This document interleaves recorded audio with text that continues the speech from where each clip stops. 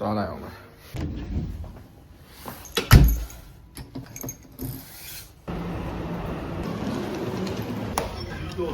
တန်ကားတွေအဲ့တိုင်းပဲ driver အိတ်တော်ဝိုင်းအော်တိုမောင်းတာအဲ့လိုတယောက် system တော့မပါတော့ပါဘူး ဒါကမြန်မာနိုင်ငံရဲ့ခိုင်ပို့ကောင်းမဲဒူပလက်1ကားစီကြီးရကားရဆိုတယ်အဲ့ချီတော့အဲ့お待たせいたしました。それでは出発いたします。こちらバス動きますので、ご注意。 တန်ဖုံးထဲမှာအိတ်နေတာဆိုအီလိုက်တို့မန္တလာတို့ရှင်းနေစကြတော့ဒီချက်ကောင်းတယ်ငါလောကလီတော့ပြီ ကနံပါတ်မှာဖြတ်ထားတယ်ဒါပေမဲ့ကျောတို့အရင်ရောက်တော့ကျောတို့မှာအရင်လဲပြီးတော့မှပဲနံပါတ်ကိုတိုးအခုမှကျောတို့ဘူတာကိုပထမဆုံးရောက်ဖူးတဲ့နှစ်ကောင်နေထွက်ချိန်မိမဲ့ယထာကိုလိုက်ရှာရတာမောနေရပဲ sunrise ကြည့်ကိုဒါအရှိရနေအောင်သွားမအိတ်ထားတယ်ဆောက်ခွက်တယ်တက်နိုင်တယ်ဘုမကသတ် Insta ဒီမှာ error တက်တယ် မင်းလေးကိုရောက်ပါပြီ ကျောတို့ရဲ့ style ကျောတို့ vibe wow ဟိုတော့ကိုင်းနေနာတဲ့ငကလေးတွေသိပြောမှာပဲလေသူကမရှိဘူးဒီချိန် foreigner တွေလည်းဒီလိုပဲကြွနေပြီးသွားတော့လာတော့စားတော့တောက်တော့ကိုရီးယားဘတ်စကားဆရာရဲ့ကျေးဇူးကြောင့်ဒီနေရာကြီးကိုစောကြီးရောက်လာတာပြီးသွားရင်ဝါတော့သွားမယ်အဲ့ဒီနေရာပေါ့နေထွက်ချိန်ကြည့်မယ်ဆိုလို့ရှိရင်တော်တော်လေးကိုလှတဲ့နေရာကျွန်တော်သိလို့တော့မဟုတ်ဘူးဂျမနိုင်းကိုမေးလိုက်တဲ့အချိန်မှာနေထွက်ချိန်ကြည့်လို့ကောင်းတဲ့နေရာကအဲ့ဝါတော့နဲ့လည်းနီးပြီးတော့ဒီနေရာလေးကိုညှိုးတာနဲ့ပဲကျွန်တော်တို့နှစ်ယောက်ရောက်ချလာလှလားမလှလားကျွန်တော်အပေါ်မပြောဘူးခင်ဗျားတို့ပဲကြည့်ကြည့်လိုက်တညလုံးမအိတ်ထားတဲ့ကျွန်တော်တို့အတွက်တော့အဲ့ဒီနေရာမှာမြင်ရတဲ့ရှုခင်းအလှလေးอ่ะကျွန်တော်တို့ရဲ့စိတ်အမောတွေကိုပြေပြောက်သွားစေခဲ့ပါလာတဲ့မုတ်လေးထုတ်စားပြီးတော့အဲ့မှာအနားယူပြီးကျွန်တော်တို့ဝါတော့ခီးထက်ဆက်ကြတရားကြီးကနေ9မိနစ်10မိနစ်တော့လမ်းလျှောက်လိုက်ရင်ဝါတော့ရောက်ဒီဝါတော့ကတော့ကျောသူရဲ့တစ်စိတ်တစ်ပိုင်းပေါ့ဒီရှိရနော်ဟုတ်ကြနော်ဒီမိုင်းခါလာပဲရအဲ့ဒါကိုဗီဒီကိုလည်းတော့ရေတွက်ထည့်ပြီးကိုဗီဒီပြောတော့တယ် ဟိုဟိုကြီးလော့တက်လိမ့်စာ ဟုတ်တယ်ဟုတ်ကဲ့လို့တယ်ဟုတ်ကဲ့လို့တယ်ကြည်စမ်းပါတီးကုန်တီးတာတော့မတီးအောင်ပါ ပါရနော်ဘာဖြစ်ဖြစ်တယ်ဟောသူများနေရတယ်ကိုလေးတော့ငါ့စီမှာလည်းအဲ့လိုလှနေရအများကြီးပဲနော် တကယ်တော့မလုတ်တတ်တာပေါ့ကွာသိရမလားဟိုဘာလဲပကံဖြစ်အောက်အင်္ဂလိပ်နဲ့ဖာတယ်လို့မျိုးပဲအဲ့လိုမျိုးအလှတရားကိုဖြတ်ချီးနေတာအုံနောက်တွေကတိတ်မဟုတ်ပါဘူးတေအောင်လဲရှာပြီကွာသိရမလားတေအောင်တော့မဟုတ်ပါဘူးကိုပင်မမရှာပြီးသွားပြီကွာသိရမလားသုံးသိနဲ့ထင်တော့ခေါင်းလောင်းတီးအောင်ပါ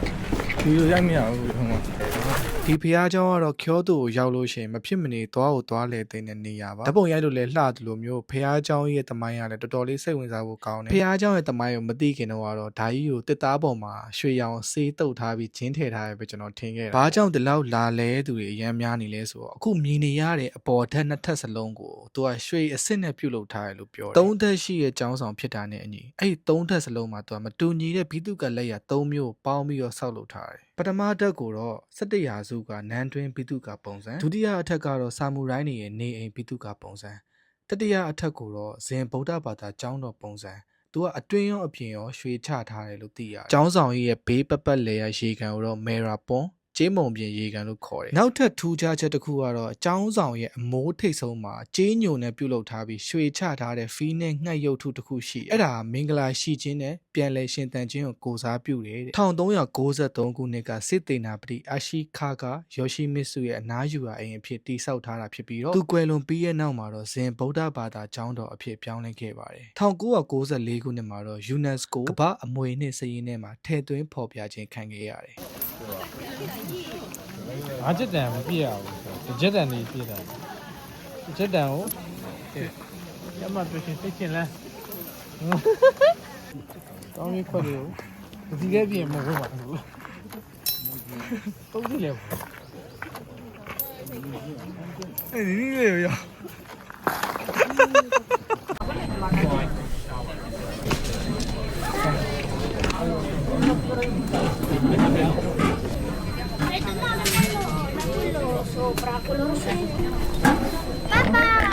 ရွှေကြီးရေးပေးပါနော်ရွှေကြီးပိတ်ကွာတောင်းတော့ပေးပါနေရရှိますမင်းကထည့်လိုက်လို့ရှိရင်မှစူတောင်းစာထွက်လာအင်းလေးတွေထည့်လိုက်ဟိုမှာတရားထည့်လိုက်သွားကျော်တူရရင်ကျော်တူရေခဲမဟုတ်ဘူးစားဘယ်လောက်ပေးရအောင်တိုင်း 150 250 950 250 ဆိုတော့ ရွှေချုံလေးတောင်ပါပြီ 2000ဝန်းကျင်2000တောင်ပြည့်ပြီပေါ့နော် မဟုတ်ပေါ့2000ပဲထားအောင်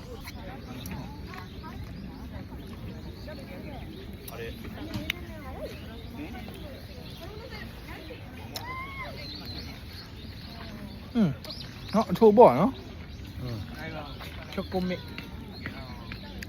光 green tea ဆိုမဆိုပါ ginger တဲ့ဟိုမှာလေးတွေ့လား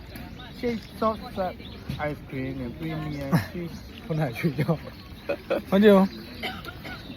အဲ့တော့ quality ရွှေရေခဲမဟုတ်ပဲစားဖြောသူကနေပြီးနန်းဘာကိုသွားတဲ့ယထာလိုင်းမှာတော်တော်လေးချစ်ဖို့ကောင်းတဲ့ယထာလေးရှိရယ်ချစ်ဖို့ကောင်းတယ်ဆိုပြီးယထာတော့မှားမစီကြနဲ့ပေါ့ဗျာတလန်းနေအဲ့တော့ချစ်ဖို့အိုဆာကာထဲမှာဒီနမ်ဘာဆိုတဲ့နေရာတော့တော်တော်လေးလူရှုပ်တဲ့နေရာလို့ပြောလို့ရတယ်။ဒါပေမဲ့တိုကျိုနဲ့မတူတာသူကလူဘလောက်ပဲရှုပ်လမ်းကောင်းရှောက်လို့ရသေးတဲ့အချိန်။တိုကျိုမှာရှီဘူယာလိုနေရာမျိုးမှာလူဆောင်ကျက်သွားပြီဆိုလို့ရှိရင်တော့လမ်းလျှောက်ပြီဆိုတမိတ်တမောကြီးပဲ။တော်တော်လေးကိုစိတ်ဖြတ်ဖို့ကောင်း။ဒါပေမဲ့ Rakuten user တွေကတော့နမ်ဘာမှာလုံးဝ line မမိ။စုကျဲချိုင်းပြန်တဲ့ကောင်ရှိတော့ရောက်လာပြီ။ဒီလိုဆုံးမများကြမလာပါနဲ့နော်။ဒီလိုရမျိုးတွေဆိုလို့ရှိရင်မလာကောင်းတယ်ကျွန်တော်လိုမျိုးခီးကိုအေးဆေးဆေးလေးသွားပြီးအနားယူအပန်းဖြေတမိုင်းချောင်းနေရာတွေတခြားလေးလာခြင်းတဲ့သူတွေအတွက်ကတော့လူရှုပ်ဖြစ်မဲ့ပတ်ဝန်းကျင်မျိုးတွေအချိန်မျိုးတွေကိုရှောင်ပြီးသွားတာအကောင်းဆုံးပဲသွားလာစားတောက်တာဘာတစ်ခုမှအဆင်ပြေမှာမဟုတ်ဘူးဒါကျွန်တော်ရဲ့အတွေ့အကြုံတွေကိုစေနာနဲ့ပြောပြနေရပါဥစားကာကြီးကငါတို့မှားနေရလားမသိ ဟောရောက်တဲ့ဥစ္စာကလူမားနေတယ်စိတ်တက်လို့မမောင်လေးဖြစ်နေ ကျွန်တော်မှအဲ့လိုမျိုးတွေ့လို့ရှိရင်သိကြကြည့်လိုက် stock ကြီးကိုအဲ့လိုမျိုးဝတ်ထားပြီဆိုလို့ရှိရင်ဘာမမေးနဲ့အဲ့ဒါငါတို့ထဲရပဲဒါမှတ်ပုံနေတောင်းကြည့်ကြအောင်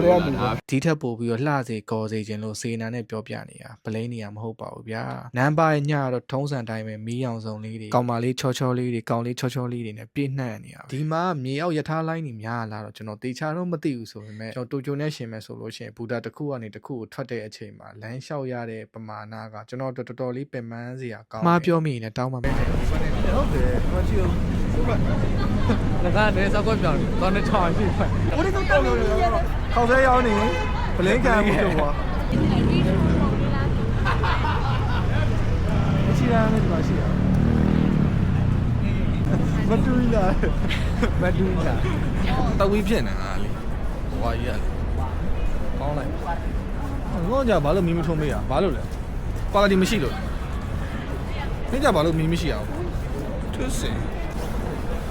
ကျွန်တော်နေရာတစ်ခုအမှတ်ပေးတော့မယ်ဆိုရင်အဲ့နေရာဘယ်လောက်တန်ရှင်းလဲပြီးတော့သွာလာစားတောက်ရတာဘယ်လိုအခြေအနေရှိလဲပြီးတော့တဲယူပိုးဆောင်ရေးစနစ်ပြီးတော့လူနေမှုအဆင့်တန်းကျွန်တော်အဲ့လိုမျိုးစင်ကြည့်လေးရှိကျွန်တော်အခုရောက်နေတဲ့နေရာရဲ့အားအနည်းဆုံးအချက်ကတော့အဲ့နေရာစောင်းရညစ်ပတ်တယ်လာလေတဲ့သူတွေအရန်များလို့တမင်တကာဒီပတ်ဝန်းကျင်ကိုဒီရက်ပိုင်းအတွင်းမှာမရှင်းတာလည်းဖြစ်နိုင်ပါတယ်ဒါကျွန်တော်ရောက်နေတာတရားရဲ့အပေါ်ဘက်ချမ်းအောက်ဖက်ချမ်းကလူသွားလန်းဒီထက်ပိုပြီးတော့အခြေအနေဆိုးတယ်အိမ်နာတစ်ဝိုက်မှာနေရတဲ့သူတွေကတော့အခြေအနေမှန်ပိုပြီးသိကြမယ်လို့ဒါကတော့ကိုပြောင်ကြီးကိုဝိုင်းရှိုးနေတဲ့ကောင်မလေးတွေပေါ့လူသားတောင်းမတိုင်းဘာမတရားနေလဲဒီဓာတ်တွေကဟို off road ဖွင့်တာကိုဝင်လာတာ off road တာဘိုင်းလာပါလားစမိတ်ပါတော့ချိုပါ substrate နဲ့အနည်းမြင်ရတယ်ဟာ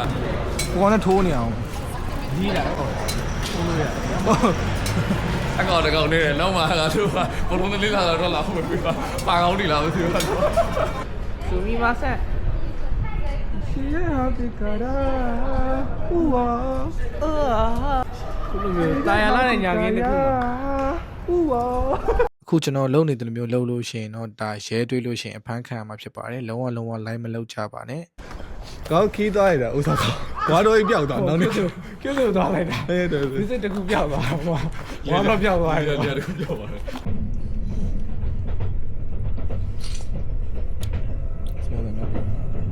ဒီက energy drink တွေထဲမှာကျွန်တော်တောက်လို့ရတာဆိုလို့ monster တစ်ခုပဲရှိဒီတစ်ခေါက်ကလည်း Kyoto လို့ပြောလိုက်တာနဲ့ဒီလေမော်ရောင်တိုင်ချောင်းကြီးရှိတဲ့ Fushimi Inari ထိုင်ရှာကိုတောက်မှာဖြစ်ပါတယ် internet ပေါ်မှာ Kyoto ရဲ့ဘယ်နေရာကိုလဲရမလဲလို့ရှာလိုက်တာနဲ့ထွက်လာမယ်လေမော်ရောင် gate တွေအဲ့ဒီနေရာမှာဆူတောင်းပြေသွားတဲ့လူတွေကုမ္ပဏီတွေကနေပြီးတော့သူတို့ရဲ့ဆူတောင်းပြေအထိမ်းအမှတ်အနေနဲ့လာရောက်လှူဒန်းကြတာဖြစ်ပါတယ်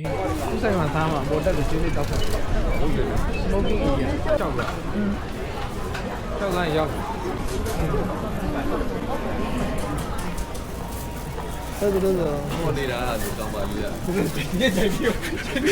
အီနာရီနမင်းနဲ့မြေခွေးရုပ်ထုတွေရှိတဲ့ကျောင်းတော်ဟာဆန်စပါစိုက်ပျိုးရေးနဲ့စီးပွားရေးအောင်မြင်မှုကိုစောင့်ရှောက်တဲ့အီနာရီနမင်းကိုရည်စူးပြီးတော့တည်ဆောက်ထားတာဖြစ်ပါတယ်မြေခွေးတွေကိုအီနာရီနမင်းရဲ့တမန်တော်တွေအဖြစ်ယုံကြည်ကြတဲ့အတွက်ကျောင်းတော်ရဲ့အနှံ့မှာမြေခွေးရုပ်ထုပေါင်းများစွာကိုတွေ့မြင်ရမှာအဲ့ဒီမြေခွေးတွေရဲ့ပါဇက်မှာတော့စပတ်ကြီးတော့ဒါမှမဟုတ်ရတနာတစ်ခုခုကိုကိုက်ထားလေးရှိပါတယ်အဲ့ဒီကျောင်းဆောင်ကြီးကတော့233မီတာမြင့်တဲ့အီနာရီတောင်ချီမှာတည်ရှိပြီးတော့တောင်ထိပ်အထိတက်မယ်ဆိုလို့ရှိရင်လည်းရပါတယ်2နာရီကနေ3နာရီခန့်ကြာမြင့်နိုင်ပြီးတော့လမ်းတစ်လျှောက်မှာလှပတဲ့မြင်ကွင်းလေးတွေကိုတွေ့နိုင်တယ်ဆိုပေမဲ့ကျွန်တော်တို့ကတော့မတက်ခဲ့ပါဘူးဒီလိုမျိုးရှေးကြပြီးတမိုင်းဝင်တဲ့ကျောင်းတော်ကြီးကို AD 911ခုနှစ်လွန်ခဲ့တဲ့နှစ်ပေါင်း1300ကျော်ကလေးကတည်ဆောက်ခဲ့တာဖြစ်ပါတယ်ဂျပန်နိုင်ငံတဝန်းလုံးမှာရှိတဲ့အီနာရီနတ်ကျောင်းပေါင်း3000ကျော်ရဲ့ပင်မဌာနချုပ် Sharing လည်းဖြစ်ပါတယ်ဒီကျောင်းတော်ရဲ့ထူးခြားချက်ကတော့24နာရီဝင်ရောက်နိုင်တာဖြစ်ပြီးတော့မီးရောင်မှိန်ပြပြလေးနဲ့ဒီလိုမျိုးဂိတ်တကားကြီးတွေကြားထဲမှာတယောက်တည်းညဘက်ကြီးကြောချမ်းပြီးလမ်းလျှောက်ချင်တယ်ဆိုရဲသူရဲကောင်းလေးတွေရှိမယ်ဆိုရင်တော့ဒီကျောင်းဆောင်နားမှာဟိုတယ်လေးတစ်ခုငှားပြီးတော့24နာရီဖွင့်ပြီးဝင်ကြီးအခမဲ့ဖြစ်နေတဲ့ဒီကျောင်းတော်ကြီးကိုညဘက်တယောက်တည်းလမ်းလျှောက်ကြည့်ပါလို့ကျွန်တော်တို့အကြံပေးခြင်းနဲ့ဘာမှမဟုတ်ဒါပဲတာကြီးအဲ့လေအဲ့တိုင်ကိုကြည့်စတော့လာကြပါပဲ။ညနေဆင်းပြတာအောက်ပြန်ရအောင်ဆင်းပြပါဘူး။ဒီလေးနဲ့တော့ဘယ်လိုလုပ်အောင်လဲ။ Sorry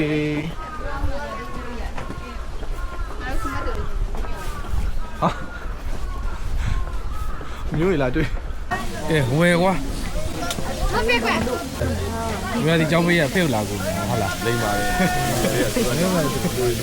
ဟိုကတခြားကြီး။ဘိုဘီလေးနဲ့ထည့်ပေးပါဦး။ဒါလည်းတစ်ဖက်ကြီးများတော့ထည့်ပေးတယ်။အဲ့ဒါဟိုပါပဲရ။6,000တော့။တော့ဟုတ်လား။ဘယ်6,000နဲ့ကြီးကိုမင်းကြီးတော့လေ